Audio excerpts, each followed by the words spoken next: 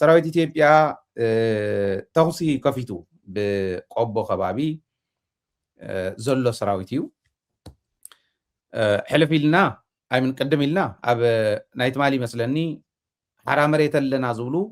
ኣቲኹም ዓድኹም ተዘይወጋእኹም ኣቲኹም ምስ ህዝብኹም ተዘይገጠምኩም ዝብል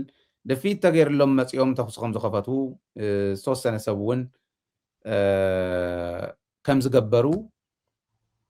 ተረዲእና ንባዕልና ዋላ እንተኾነ እቶም ዝሞቱ እውን ናይ ባዕልና ዋላ እንተኾኑ ፅባሕ ንግሆ ትግራይ ዋሕስ ክኾንዋ ዝኽእሉ ዝነበሩ መናእሰይ ዋላ እንተኾኑ ከምኡ ገይሮም እዮም ትማሊ ግን እቲ ተኹሲ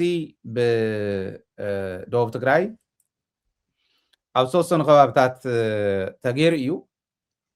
ንኻኣቱ ዲናይ ብሓቂ ደልዩ ነይሩ ኣይፈልጥን ምስኡ ዝተተሓዘ ከምዚ ይገብሩ ኣለዎ ብደቡብ ትግራይ ዝብል እውን ኣሎ ይዕፉን እዮም ዘለው ከፊእዎ እዩ ዘሎ እቲ ህዝቢ ገለመለ ዝብል ዜናታት እውን ኣውፅኦም እዮም ተኹሲ ከፊቶም ጥራሕ ግን ኣይኮነን ከፊቶም ሙኮራታት ምስ ገበሩ መኪኖም ህጊሮም እዮም ከይዶም ሓቂ ንምዝራብ ዘይተርፍ እዩ ንሱ እንድሕር ኣትዮም ከምኡ ዓይነት ሙኮራታት እንተገይሮም መኪና ኣይኮነን ካሊእ ነገር እውን ክህግሩ ይኽእሉ እዮም ግን ሰላም ደይሓይሽን ዝብል ሕዚ እውን እንተኾነ ናይ ህዝቢ ትግራይ ፃውዒት ምዃኑ በዚ ኣጋጣሚ ካቕምጥ እሞ ኣብዚ ዘለካ መረዳእታን ሓሳብን ክተቕምጥ ተዓድል ክበካ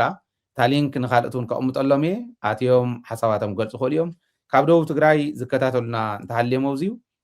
ላይቭ እንዳሃለና በታ ነቕምጣ ሊንክ ክትኣትውን ዘሎ እቲ ኩነታት ከመይ ነይሩ ዝብል ዋላ ካብ ቆቦ እውን ኣብ ካሊእ ከባቢ ኮንኩም እትፈልጥዎ ዝሓበሬታ እዚ ሙሉእ ዘለኩም እውን ኣቲኹም ሓሳብኩም ክትገልፁ ትኽእሉ ኢኹም ይቅፅል ግርም ታንኪ ሃይለ ሰላማት ናውልከን ኩልኩም ታናይ አንጫዋ ምሳሌ ግን ሓደ ክልተ ሰለስተ መዓልቲ ተወሳኺ ተሰሚዐ ኣኺ ክሕዛ እምበር ኣይክእላ ኣብ ምሳሌታት እዚአን ሕይ ዝበለና ግን ሓሪፍ እያ ሓቂ እቲ ኩነታት በቲ ዝበልካዮ እቶም ተጋሩ ገልገሊኦም ኣብ ምግዳል ዝነበሩ እቲ ናይ ጀኖሳይዳል ኢዋን 2013-14 ገሊኦም ግን ከዓ ኣብ ምጭርባር ኣብ ስርቂ ዝነበሩ በተለይ ብናይ እዚ ናይ ራያ ከባቢ ናይ ወጀራትን ካሊእ ቦታን ቅድሚ ሕዚ እውን ደጋጊሞም መፂኦም ተኽሲ ከፊቶም እዮም ኣብ ብፆቶም ያው ገልገሊኦም ከምቲ ንፈልጦ ዘለና ገይሮም ወፂኦም ገሊኦም ከዓ ነየ ኣብ ስርቂ ምጭርባር እውን ዝነበሩ ኣለው እዮም ባይታ እውን ነውግዖም ኣሕዋትና ኣብ ሓደ ሓደ ቦታ ወጀራት እውን ኣብ ሞላ ትግራይ እውን ዳርጋ ከም ምጭርባር ናይ መሬት እውን ዘሎ ዘሎስ ገሊኦም ምስ ክልተ ሰለስተ ዝርያ ሸጡ ሓደ መሬት እውን ከም ዘለው ብሕግዝ እዮም እዚኦም ከዓ እናጨበርበሩ ግን እታ ቀንዲ እታ ናይ ትማሊ ዝበልናዮ እዚኣሲ ብሓፃራ ከይድኩም ክልተ ዝርያ እንዲኦም መፂኦም ተኩሶም ነይሮም እታ መጀመርታ ፈሪሖም ወዲያ ሃዲዮም ከይዶም ተመሊሶም ግን ናይ 4 መዓልቲ ኣስቃጥላ ክትክልከሉ ኢኹም ከይድኩም ግን ድፍኡ ተባሂሎም እዮም ከም ብሓድሽ ተዓጊቶም እዚኡ ትማሊ ስለ ዝተንተናዮ ታስቃጥላ ያው ታይዳ እሞ ከም ተመዲስ ኣበባ ንሪኦም ከለና ጫማ እናፅረጉ ካልሲ እናሓፀቡ ኣብ መቐለ ቀረባ ግዜ ክንርከብ ኢና በቃ ንህዝቢ ትግራይ ክንመርሖ ኢና ዝቕተል ቀቲልና ከም ዝግበር ጌርና ኢልና ይፃድቃን እውን እዚኣ ግን ኣይትተዓሸው ብቐሊሉ ምክንያቱ እቲ እቶም ኣሕዋትናቶም ተጋሩ እንድሕር ዕጥቂ ሒዞም መፅኦም እንድሕር ተኽሲ ከፊቶም ኣብ ሰራዊት ትግራይ ዋላ እስካብ መጨረሻ ትዕግስት እንተገበረ ንህዝቡን ንባዕሉ ሂወትን ከድሕን ግን ኣብ ድፋዕ ዘሎ እውን ኣብ ዓዲ እምበር ዓዲ እምባት ኣይኮነን ንስኹም ዓዲ እምባት ኮይንኩም ግን ንብልፅግና ነስቃጥላ ክትብሉ ንኣሕዋትኩም መፅኹም ክትዋግኡ ግን ትክክል ኣይኮነን እዚ እዩ ተኣሊ እዩ ትማሊ ኣብዚ ኣይ ነገርኩ እንታቆፅሪ ግን እቶም ኣጥሊለያ ኢሎም ማዓንቲ 4 ከም ዝሞትዎ መለኢቶም ካብቶም ኣሕዋትና ተጋሩ ማለት እዩ ናይ ባዕሎም እቶም ዓፋር ዝነበሩ ኣሕዋትና ዝብሎም ኣለኹ ካባና ካብቲ ናይ ሰራዊት ትግራይ ተጎደ የለን እንኳን ዝሞተ ካብኣቶም ግን 4 ከም ዝሞትዎም ተረጋጊፁ ኣሎ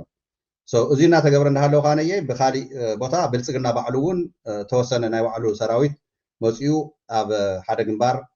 ሰራዊት ትግራይ ኣብ ካሊእ ቦታ ሰራዊትና ዝነበሮ ናብ መሬት ትግራይ ደፊኡ ካኣቱ ያው ኣብቲ ከባቢ ዝነበረ ሰራዊት ትግራይ ግብረ መልሲ እዩ መጨረሹ ራዕዲ ፈጢሩ ናይ ባዕሉ ኣብኡ ሓንቲ ፔትሮል ተማሪኻ እያ ናይ ብልፅግና ማለት እዩ እዚ ክንብል ከለና እንዳጋጣሚ ኮይኑ እቲ ሓበሬታ ወዲያው መፅያ ኣነ ንስኻን እውን ኣውጊዕና ኣለና ምክንያቱ እቲ ሚድያ በግባቡ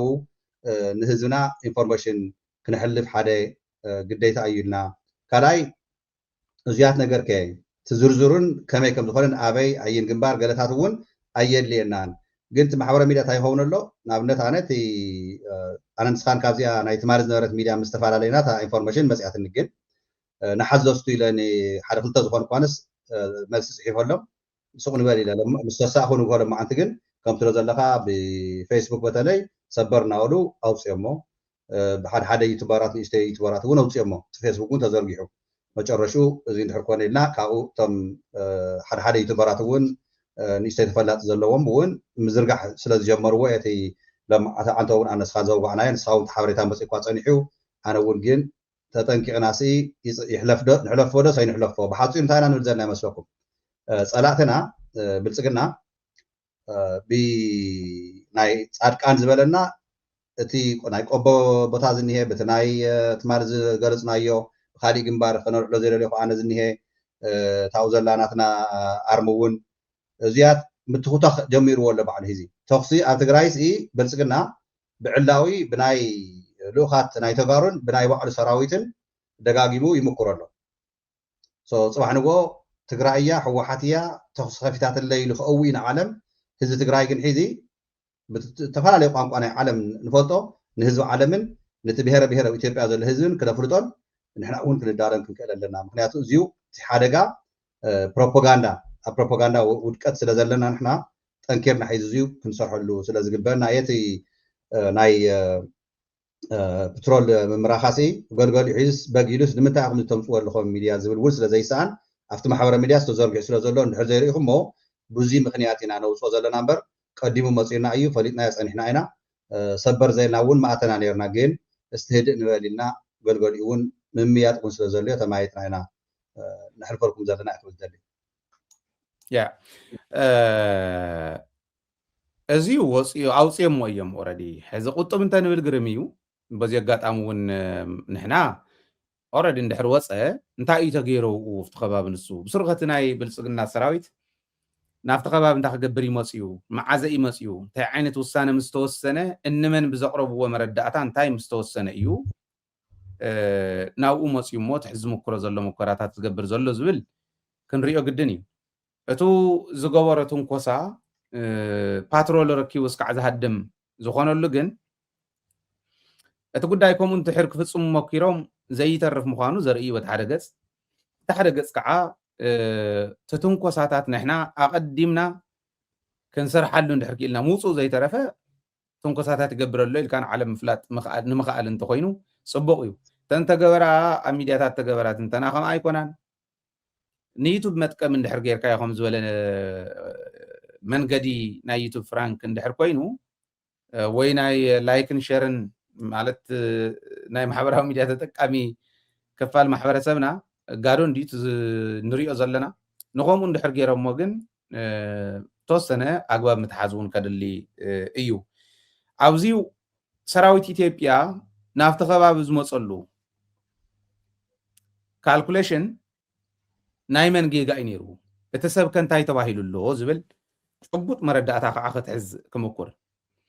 መጀመርያ ጻድቃንን ኣበባውን እዮም ጌገኛታት ማለት ኣጋጊኹምና ኢኹም ተባሂሎም እውን ተወቀሱሉ ስለ ዝኾነ ብፍላይ ኣበባው ጀነራል ኣበባው ተወቂሱሉ እዩ ኣብዚ ሕዚ ብጭብጢ ብደንቢ ብመርትዖ ዘቕርበልኩም መረዳእታ ጀነራል ኣበባው ጥራሕ ንትግራይ ነጥፍእ ንትግራይ ጥራሕ ንዳሎ እምበር ናይ ኣምሓራ ብምልሻ ጌርና ብናይ ኣምሓራ ምልሻ ጌርና ንፋኖ ክነጥፍኦ ንኽእል ኢና ዝብል ካልኩሌሽን ብዘይ ምንም ጥርጥር ብኮንፊደንስ ዘቕረቦ እዩ እዚ ሕዚ ኣብ ነፍተን ኣኼባታት ተሳተፍኩም ተጋሩ ጀነራላት ተጋሩ ዓድኹም ከዲዕኹም ዝኸድኩም ትፈልጥዎ ኢኹም ናይ ፋኖ ጉዳይ ልክዕ ባዕሎም ከም ዝብልዎ እዳው ገብስነው ንትግራይን ንኤርትራን ምድላው እያ ንኤርትራ ንምኻድ ትግራይ ምጥፋእ እዩ ትግራይ ንምጥፋእ ዘድልየና ከቢድ ምዃኑ ፍሉጥ እዩ እዚኡ ክመርሑ ዝኽእሉ ካብ ትግራይ ዝተወሰኑ ጀነራላት እንተምፂና ይከኣል እዩ ዝብል እዩ ነይሩ እዚ ካልኩሌሽን እዚ ዝመፀ ቀረባ ከይመስለኩም ተስፋይ ንጉስ ምስ ናይ ኢትዮጵያ መንግስቲ ንተስፋይ ሰብ ረኺቦም ናይ ኢትዮጵያ መንግስቲ ንተስፋይ ገንዘብ ሂቡ እንተይተረፈ ሰራዊት ክብትነሉ ዝገበረሉ ምክንያት ሓዝን ይኹም ብደንቢ ኣነ ዝሕተተሉ ፅባሕ ንጎውን እየ ዘቕርብ ዘለኹ ዘምፅዎ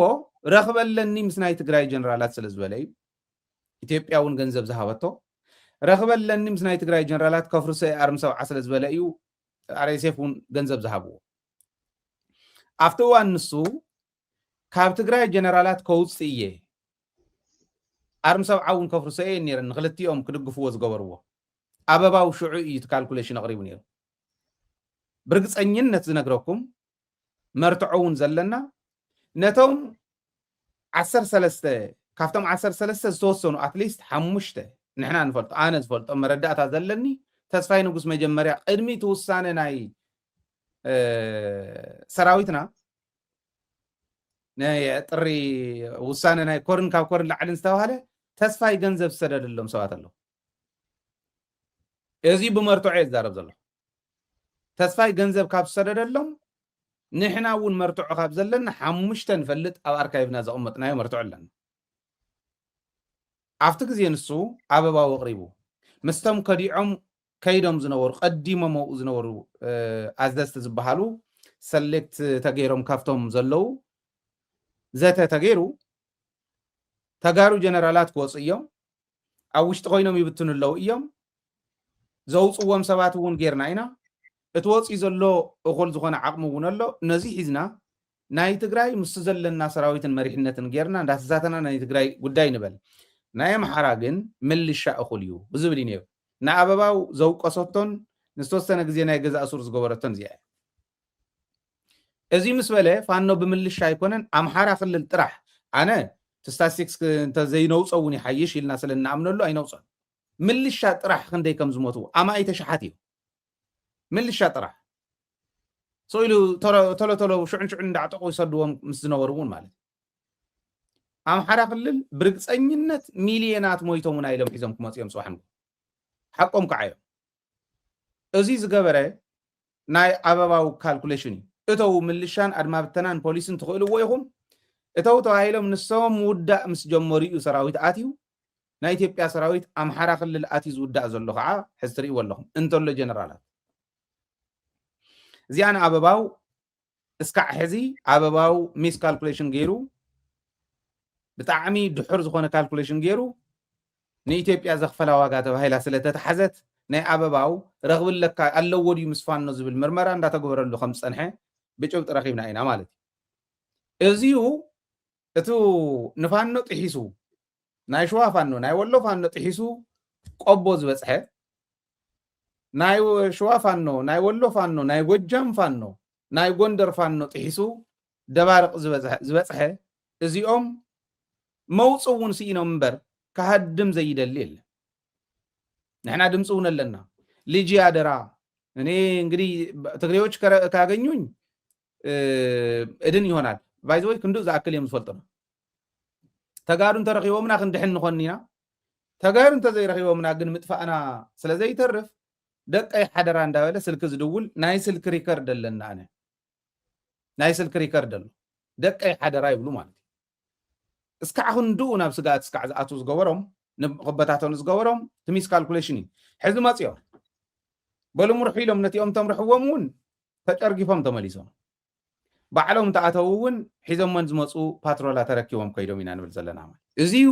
ብደንቢ ጌርና ተረዲእና ናይ ዓለም ማሕበረሰብ ንክፈልጦ እንተጌርና እንርባሕ ንሕና ኢና ኣብዙ ደይሰራሕናሉን ፓትሮል ተማሪኻ ንበል ካሊእ ንበል ብዘየገድስ ውሕሉል ብዝኾነ መንገዲ እንተተሰሪሕሉ ንሰራዊትና ድጋፍ እምበር ዕንቅፋት ክኾነ ይኽእል ሰኢልካ ሰበር ናልካ ኣብ ፌስቡክ ፅሒፍካ ፌስቡክ ላይክን ሸርን ንምርካብ ኣብ ዩቱብ ተንተንትያ ተባሂሎም ካብ ዓዲ እናተፀውዑ ታዘላ ንጀነራል እከለ እንታይ ተኸሰተ ሎማዓንቲ እንዳበሉ እንዳወፁ ዝነግዱላ ደሞዝ ስለ ዝረኽብሉ እዩ ባይዘወይ ደሞዝ ስለ ዝረኽብሉ እዩ ንፈልጦ ኢና ነዚኣ ኢሎም ዝሕልፉ እንተኮይኖም ግን ናይ ማሕበራዊ ሚድያ ይኹን ናይ ሜይንስትሪም ሚድያ ኣተሓዛና ጋይድ ኣገባብራና ከመይ ይኹን ዝብል ኣፅኒዕካ ምኻድ ውሳነታት ምውሳን ቤት ምክሪ እውን ስለ ዘሎ እዚ ምግባር ከድሊ እዩ ዝብል ዓንቶ እውን ድሕሪት ንዛተየሉ ነበርና እዚ እዩ ማለት እዩ በዚ ኣጋጣሚ መላእ ህዝብና ደገን ውሽጥን ዘሎ ኣብዚ ክንሰርሕ ከለና ብጥንቃቐ ናይ ሶሻል ሚድያ ነጋዶ بقى أنا تدريرن حدر مبر ناي كالي يقدسنن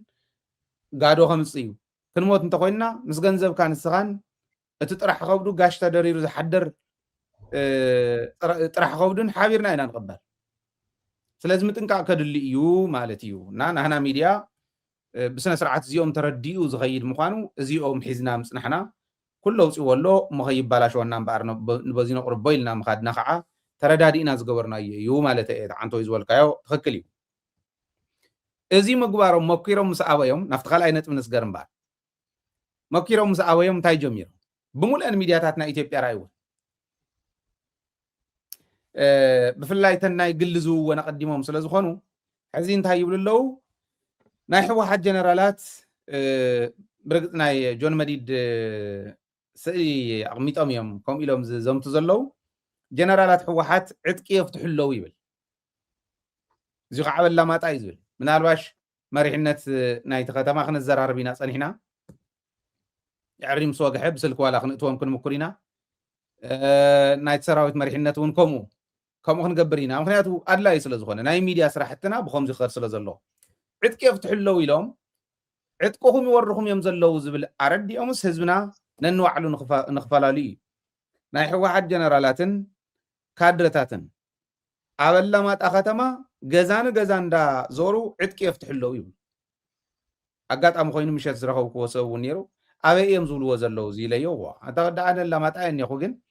ከም ዝበለ ነገር ይረኣኹን ኢሉ ሕዚ ኣብ ኣላማጣ ዕጥቂ የፍትሑ ኣለዉ ዕጡቃት ዕጥቂ ምፍታሕ እዚ ታርጌት ገይሩ ዘሎ ምልሻን ዕጡቃትን ማእኸል ዝገበረ እዩ ከመይ ገይሮም የንገላትዕዎም ከም ዘለዉ ኢሎም ንህዝብና ዝሓዘኑ ንምልሻና ዝሓዘኑ መሲሎም ይዛረቡ ኣብቲ ከተማ ልዑል ናይ ጦርነት ድባብ ይርአ ኣሎ ይብሉ ባዕሎም ከዮም ተንኪሶም ታሕዚ ዘቕረብናያ መረዳእታ እታ መረዳእታ ሓራ መሬት ኣለና ዝብሉ ዘለዉ ለዋሃት ሓትና እውን ኪዱ ኢሎም ደፊኦም እትዮም ትማሊ መይሶም ባዕሎም እውን ወኪሮም ኣብቲ ከተማ ናይ ጦርነት ድባብ ኣሎ እዚ ከዓ ናይ ጦርነት ድባብ ዘምፆስ ሕወሓት ጀነራላት ልኢኹ ይገፍፍ ስለ ዘሎ ኢሎም ምልሻን ሰራዊትን ከባእሱ እዩ እቲ ጉዳይ ተሓሳቦም ተጋሩ ኢና እኮ ተናእሰ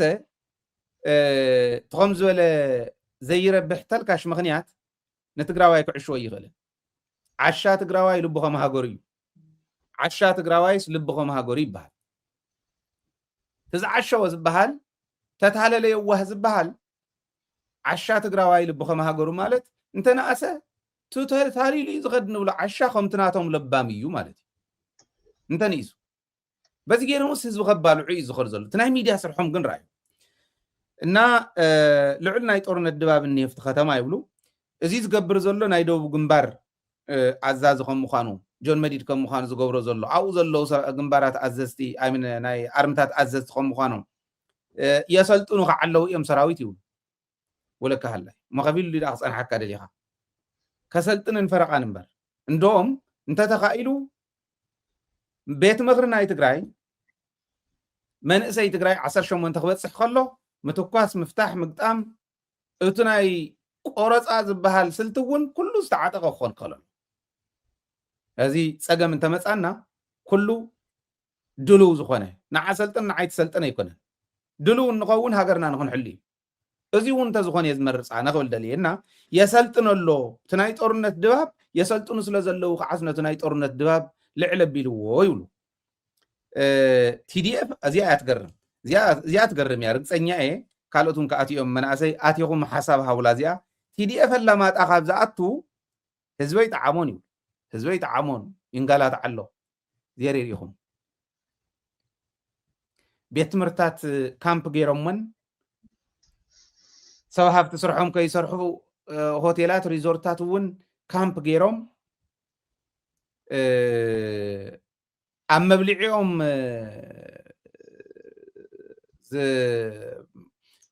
ዝፍትኑ ቲዲኤፍ ካብ ዝኣቶስ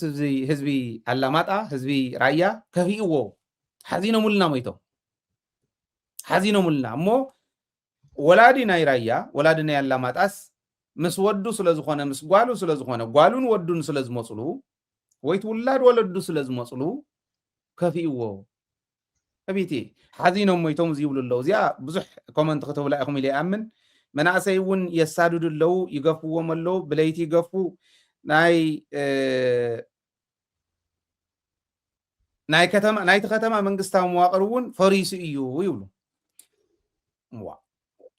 انتنا أسم كوع خمس زبالة حاسات سيل دبولا زغون كند إنبا زغون حاساتهم كوع خونه سيل تناسب زريو حاساتهم كوع خونه تحاساتهم زي بروباغاندا يكونن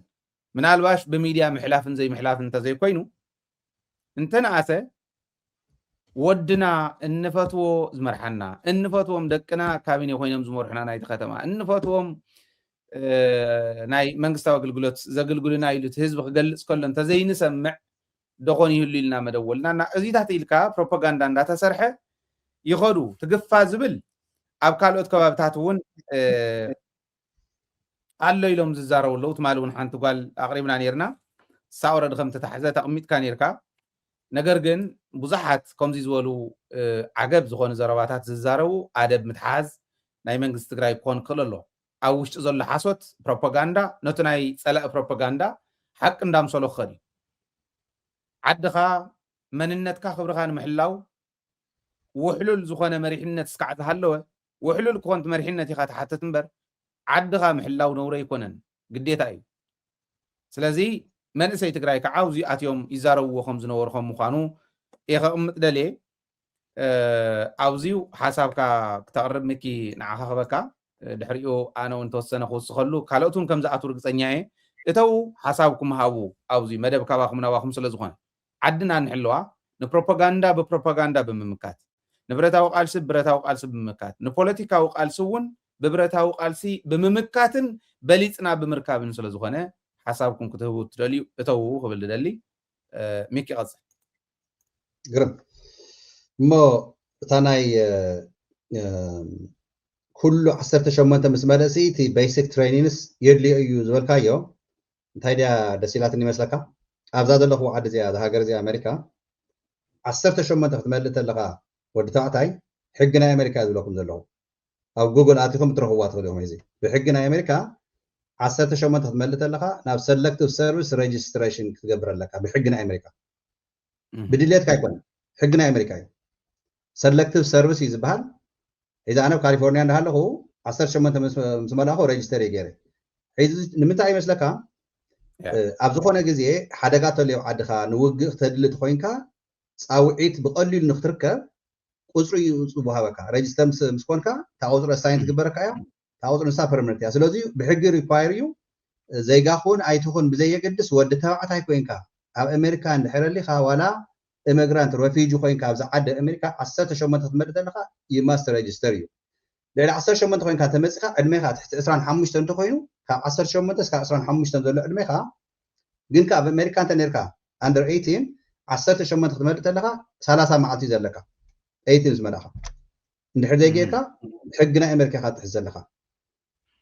ይኣስሩኻ ድዮም ዝዓዋዝዩ ከምዚ ኣይኮነን እንታይ እዮም ዝገበሩ ይመስለካ ንኣብነት ኣብ ዓበይቲ ስራሕቲ ናይ መንግስታዊ ስራሕ ስራሕ ክትእልሽ ተለኻ ትሕተት ኢኻ registration ናይ 18 ክትመልእ ተለኻ ሬጅስተር ዝገበርካዮ ምፅኢኻ ትበሃል ኣብቲ ዌብሳይት ኣቲኻ ኣብቲ ሰሌክቲቭ ሰርቪስ ዝበሃል ፕሪንት ኣውት ጌርካ ሽምካ ቁፅርካ ኣለዎ ኣምፅኢኻ ንዝተረክብ ኢኻ ሶ እዚ ኣብ ትግራይ ንትግራይስ ክምችወለይ ነቲ ወግዒ ኢለ እዞም ዘርዕሎ ዘለኹ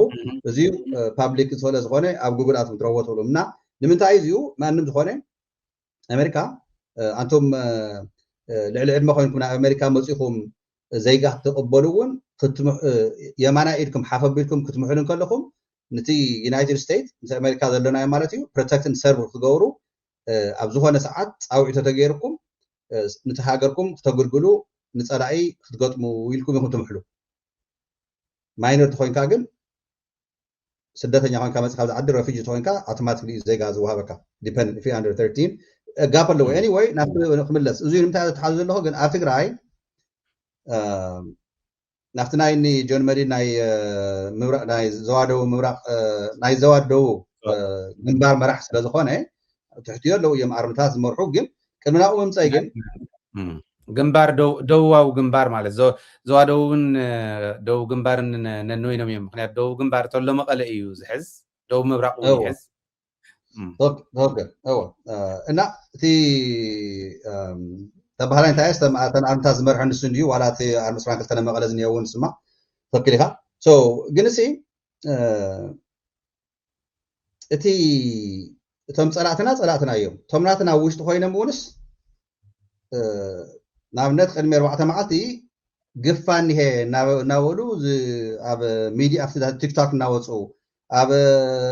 تن يوتيوبر ناوصوس اب تግራይስ قفان هي ناولو يعغرغر نيرو مالون تنكفنا ينا ግን عاد خاصي كتغلغل كتكالاخرس مبت كايو قد اب نا امريكا لكم لكم ريجستر المغارس قد يتخايو ناب سيرفيس اتغن صاوي تدغلكاس نعد خايخا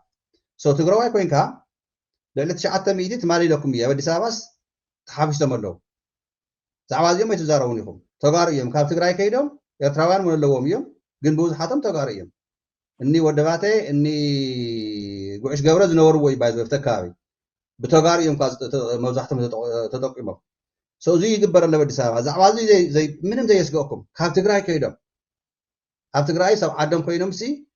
افت صاوي زغبر لهم ساعات مصيوم عدم كيغلغلو አዲስ አበባ ኸይደም ሲያት ትማለ ዝሓረደና ትማለ ጨፍጨፈና ከጥፎኩም የዝበለና ህዝቡን ዝፍክር ዘሎስ خمحركم ወይስ ሬሳ ናይ ዚኣቶም ክጽቦ ይጽሕና ትግራይ ወናቱ ብልጽግና አየናሕስን ሶ ግን አነ ትዝገርመን ዘሎስ ኣብ መቀለ ኣብ ትግራይ ኮይኖም ኣብዚ ሰዓት እዚ መንግስትና ተመለሰሉ መንግስትና እግሩና ተኸለንዳ ሃለውስ ኣብ መቀለ ከፊሎም ወንስ ብጥይት يتكسلو سراوي تግራይ بግዴታ እናወሰደ ተባሂሉ ክዝረብ ተሎስ ትሕግ ናይ ትግራይ ማዚ خركب ነቲ በዓል ሞያ ክንገርፎ ኢና ፍቲ ባይታ ግን ብጣዕሚ ዘናደደን ዘስካሕሕን ኣብ ሚድያ ከም ጋዜጠኛ መጠን ተጠሊዖም ኣብ መቐለ ኮይኖም ዝኩሉ ተለው ግን ብጣዕሚ መሕዘን ይኸም ትግራዋይ ኮንካ ክሰምዖ ዘለካ መደንፀው እዩ ባይዘው ብዙሕ ሰብ ይተቆጥዑ ዘሎ እዚ ነገር እዚ ክስተኻኸል ዝምልከቶ ኣካል ክከታተሎ ተስፋ ንገብር ግን ሰፊሕ ንሳውን አይ ቲንክ ትዛተዮ ለካ ምስተም ሰማያታት ሰንሱና አኹም ጎድፎ እየ ግን መቆጽዒ ስለ ዝኾነተ ሽሙ ወንድ ሓኒ ተረፈኒ ትዝግርዶ ክርዶ እዩ እቲ ናይ ራያ መኽመፀካ ኣብ ራያ መጀመርቶም ኣይኮነን ንምልሻስ ዕጥቂ ይራግፈሉ ከምዚ ይገብረሉ ዝብል ዘለው ቅድሚ ሕዚ ከምኡ ገይሮም እቶም ምልሻት ናይ ራያ ቁጥዖ ንፈጥሩ ተሰርሐ ሽርሕ ነይሩ እዩ የስታውስ ያኒ كتشن 15 مجمرتاي ናብ መኾኒ ኸይደ ናይ ላማጣ ከተማ ምልሻት ዝነበሩ ብልጽግና ስለ ዝነበረ ክምለሶ ይከኣሉ ኣብ መኾኒ ምስ ጎኒ ሰራዊት ትግራይ ኮይኖም ኣብቲ ኩናት ዝገጠሙ ንጸላኢ ከፊልና ናውጓዕናስ ምስቶም ሰራዊት ትግራይ እዮም ናውጉዑ ኣብቲ ዝነበርኮ ሽዑ ሰዓትስ ብትዝገርም ክረዋዱ ተለውሲ ንሕናኮ ሳላ ባዕልኩም ሂዝ ቀሲልና ተራዳእና እምበርንስ ዝነበረና ሓበሬታ ሰራዊት ትግራይ ሰዲዶም ዕጥቅኹም መቀደም መረክቡ ኢሎም ተሕራይ ክገርፍኩም ከብሉ ንስኻትኩም ሲ ከይትገጥሙሎም ሓደ ነገር ከይመጽእ ንጸላኢ እውን ጽባሕ ንጎ ከይትገጥሙ ኮነ ኢሎም እዮም ዕጥቅኹም ከርግፉኩም ኢሎም ኣብ መንጎ ሰራዊት ትግራይን ኣብ መንጎ ትምልሻ እቲ ናይ ዘዋደው ካብ ላማጣ ጥራይ ኮነን ካብ ተፈላለየ ቦታ ዝነበረ ምልሻስ ነዚ ንኽልቲስ ከጋራጭዎ ዝስራሕ ዝነበረ ሽርሕስ 2015 ተይቀረ ጀሚሮም ዝገብርዎ ነበሩ ጉድ እዩ ሙሉእ ኮ ራያ ካብ ሕወሓት ርክክብ ከይገብር ተቆሪፁ ፀኒሑ ኣብ ዘመነ ጌታቸው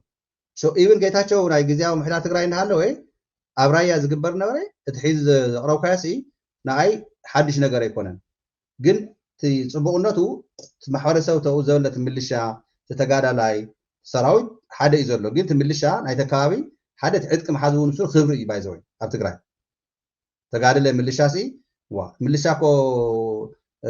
ብጣዕሚ ሓዚና እምበርኮ እኒ ተመወለድና ከምኒ በረጉማ ዝሰርሕዎ ጅግንነት ኮሪእና የብቲ ኮይናት ግዜ ተጋደልቲ ነይሮም ቀደም ምልሻ ኮይኖም ካብቲ ናይ ሒዝ ኣይገጢሞም ብናስ ትምድንጋር እቲ ምፅላም ትዘየለፍቲ ባይታ ኣሎና በልካ ዝስራሕ ዘሎ ተንኮል ሽርሒ ሰራዊትናን ህዝቢ ራያ ወይ ድማ ምልሻ ናይ ራያ ንተጋራጭ ስራሕ ዘሎ ግን ኣብቲ ባይታ ዘየለ ሓቂ ሕሶ ተደጋጊሙ ሓቂ ስለ ዝመስል እዚዩ ሓቂ ደጋጊምና ንሕና ኻን ክነውፅኦ ኢና ህዝቢ ዘዋደው ወይ ድማ ህዝቢ ራያ ኻነ ይአይ ካብ ፈለማት ሒዙ ብዙሕ መስዋዕቲ ከፊሉ ሒዙ እውን ነቕ ኣይበለን ካብ ቦትኡ ተው ዘሎ ምልሻ ኻነ ይአይ በተለይ ሰራዊት ጋና እንተ ደራጀና እንዳሃለና አትሊስት አነ ኳፍት ባይታ ኸይደ ዝነገሩንስ ተወሰነ ኃይል ናይ ሰራዊት ተዝነብረና ሽዕፍቲ መጀመርታስ ብልጽግናስ ትግራይስ ከም አገርስ አይምደፈራ ናይ ማእታዋን ነይሩ ኢሎም ቶም ዓበይቲ ምልሻሃት ዘውጉዕ ነፍቲ ኣብ ናይ መኮኒ ማይጨው እንዳሃለኹ ብልቢ ማለት እቲ ዘሎ ወኔ እቲ ዘሎ ድሌት እቲ ዘሎ ትግረውነት ከምቲ ስኡ ኢሎም ሓደ ፈረቕረቕ እናበሉ ንደቂ ራያ ከምዚ ይገብሩ ኣለዉ ንደቂ ዓድዋ ከምዚ እዮም ንደቂ ሽረ ከምዚ እዮም ንደቂ ኣክሱም ከምዚ እዮም ናበልካ ዘረባታት ንኣብነት እየ ዝብል ዘለኹ ባይዘወይ እዚ ነገር ግን ዘይሰርሕ ምኳኑ ተፍቲ ባይታ ዘሎ ህዝቢ ባዕሉ ምስክር እዩ እቲ ውሕድ ኮይኑ ኣብ ማሕበረ ሚድያታት ዓበድበት ዝብል ግን ንትግራይ ንሱ ኣየፍርሳን ኢለ ዝኣምን ኣነ ያ ክብሪ ጥራሕ እንተይኮነ ኣነ ተወዳድባ ክነግረካ ኣወዳድባ ናይ ምልሻ ናይ ትግራይ ኣብ ጣብያ ፀጥታ ምምሕዳር ዝበሃል ኣሎ ምልሻ እዩ ዘመሓድር ፖሊስ ኣይኮነን ፖሊስ የብሉን ጣብያ ሎሚ ንገለገለ ጣብያታት ኮሚኒቲ ፖሊስ ከም ዝምደብ ኣብ ከተማ ከምኡ ፖሊስ ይምድብሎን እዮም ፀጥታ ምምሕዳር ናይቲ ዓዲ ግን ምልሻ ብስሩዕ ግዴታ እዩ ንኽብሪ ተባሂሉ እንተይኮነስ ግዴታ እዩ ምልሻ ዝኾነ ጣብያ ብበዝሒ ህዝቡን ብስፍሓት መሬቱን መጠን ክንድዚ ምልሻ የድልያ እዩ ተባሂሉ ምልሻ ማለት ዓንዲ ሕቆ ፀጥታ ትግራይ ማለት እዩ ፖሊስ ዘለዎ ከተማታት ትግራይ እዮም ኣብ ከተማታት እዮም ፖሊስ ኣብ ገጠር ፀጥታ ዘመሓድሮ ፀጥታ ምምሕዳር ዝመርሖ ናይ ምልሻ ውዳበ እዩ ስለዚ ምልሻ ንምልሻ እንዳኸድካ ብረቱ ምሕዳግ እንተይኮነስ ፀጥታ ምምሕዳር ሓላፊ ተቐሚጡሉ ንሓደ ጣብያ ክንድዚ የድልዮ እዩ በዚ ህዝቡ ክንድዝዩ ስፍሓቱ ክንድዚ ስለ ዝኾነ ክንድዚ የድልዮ እዩ ተባሂሉ ምልሻ ትምድበሉ ዓንዲ ሕቆ ከምቲ ዝብሎ ዘለኹ ናይ ሓደ ጣብያ ናይ ፀጥታ ዓንዲ ሕቆ እቲ ምልሻ ስለ ዝኾነ እዩ ጣብያ እንተተሓልዩ ወረዳ ዝሕሎ ጣብያታት እኩብ ስለ ዝኾነት ወረዳታት እንተተሓልየን ናይ ፀጥታ መሪሕነት ናይ ወረዳ ከዓ ፖሊስ ናይ ከተማን ፀጥታ ምሕዳራት ናይ ሕድሕድ ጣብያን ተኣኪቦም እዮም ፀጥታ ዝመርሕዎ እዚኦም ኣድላይ እንተኮይኑ ባንዳ እንተሃልዩ ኣብቲ ዓዲ ፀረ ባንዳ ዝመርሕ ናይ ፀረ ባንዳ ቲም እውን ኣሎ በብኸባቢኡ ዝዋፃእ ከምቲ ናይ ሻለቃ ሓድሽ በዓል ሻለቃ ሓድሽ ዝሰርሕዎ ዝነበሩ ቀደም ማለት እየ ለዚ ምልሻ ዝንዕቕ ትግራዋይ የለን መስርሕ ናይ ትግራይ እውን ሕግና ስርዓትና ናይ ፀጥታ ምሕደራና ምልሻ ከም ዓንዲ ሕቆ ዝቆፅር እዩ የለን ኣብ ትግራይ ከምኡ ዝበለ ንምንታይ ዳ እዮም ከምኡ ዝብሉ ኦረዲ ምምሕዳር ናይቲ ዞባ አንተ ወትብሎ ዝነበርካ ብልጽግና ይኮኑን ምልሻን ሰራዊትን ከበኣስ ሞኪሮም ክጎፍኹም እዮም ኪዱ ናብ እምባታት እንዳበለ ሰድድ ነበረ ሃፍቲ ኺሮስ እዩ ተጋጊቡ ናይ ሃፍቲ ኺሮስ ቲም እዩ ናይ በዓል ጌታቸው ቲም እዩ ተጋጊዮም ስለዚ ምልሻ ዝንዕቕ የለን ማለት እዩ ትዝንዕቕ ንምልሻ ዝንዕቕ ነቲ ምልሻ ዘይፈልጦ እዩ ንኣብነት ወደን ጥሩ ነቲ ሰራዊትስ ናይ ቲፒኤልኤፍ ምልሻ እዩ ስለ ዝበሎ ዘስተናዓቆ መሲልዎ ነይሩ ዝኾነ ግዜ ነጊሩናዮ ንሕና ምልሻ ቤት ፅሕፈት ናይ ትግራይ ኣለኩ ብክልል ደረጃ እኮ ዋጋ ተዋሂብዎ እውን ቤት ፅሕፈት ናይ ምልሻ ኣብ ክልል ተዋህቦ ኮይቱ ምልሻ ማለት ከመይ ጌርካ ትሕድጎ ከመይ ጌርካ ትገፎ መን ክሕልወካ ዋርድያ ካደ ትቐትል ኢኻ ዋርድያ ካደ ተኣስር ኢኻ ዋርድያ ከኣሲርካ ደቂስካ ትሓድር ኢኻ ሰራዊት ናይ ባዕሉ ስራሕ ኣለዎ ምልሻ ናይ ባዕሉ ስራሕ ኣለዎ እቲ ፖሊስ እውን ከምኡ ማለት ስለዚ እዚ ዘይፈልጡ ተዓንተወይ ዝበልክዎ ክጋገዩ ከለውስ ድቦላ ዝኾነ ከክንዲ እምባ ዝኾነ ጌጋ ክጋገዩ ከለው ፅቡቕ እዩ ንዓና ምክንያቱ ህዝብና ይፈልጦ እዩ ጥቕሚ ምልሻስ ምልሻ የድልን ኢሎምስ ይገፉ ኣለዉ እንተተባሂሉ ምልሻ ዘይደሊ ዓዲ ከጥፍእ ናይ ዓዲ ፀጥታ ክርብሽ ዝደሊ መሪሕነት ምዃኑ እቲ ህዝቢ ስለ ዝርድኦ ዝደናገር የለን ኣብዝዩ ክብል ደልየ እቲ ናይ ምልሻ